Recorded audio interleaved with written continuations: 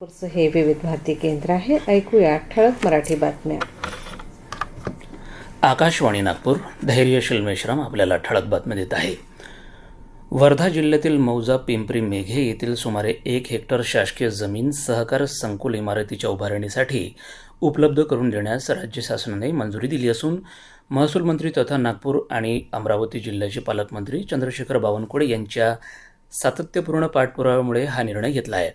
महसूल आणि वन विभागाने याबाबत शासन निर्णय जारी केला असून जिल्हा उपनिबंधक सहकारी संस्था वर्धा यांच्या नावे ही जमीन विविध अटी आणि शर्तींसह उपलब्ध करून देण्यास मान्यता देण्यात आली आहे. नागरिकांना अधिक सोयीस्कर, परवडणारी आणि विश्वासार्ह सार्वजनिक वाहतूक सेवा उपलब्ध करून देण्यासाठी आपली बसतर्फे भिलगाव ते मोर भवन दरम्यान मार्ग क्रमांक 163 ची नवीन बस सेवा सुरू करण्यात आली आहे.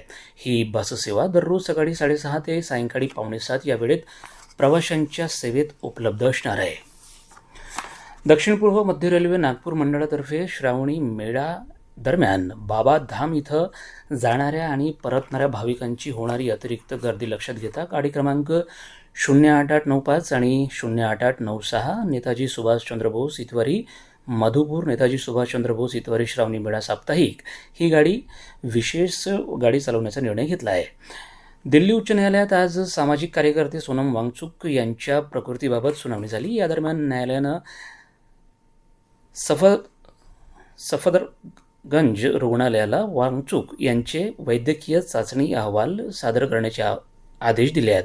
वांगचुक यांना सरकारी रुग्णालयातून खाजगी रुग्णालयात हलवण्यासाठी त्यांच्या पत्नी गीतांजली अंगमो यांनी याचिका दाखल केली होती. या याचिकेवर न्यायालय उद्या अंतिम निर्णय घेणार आहे.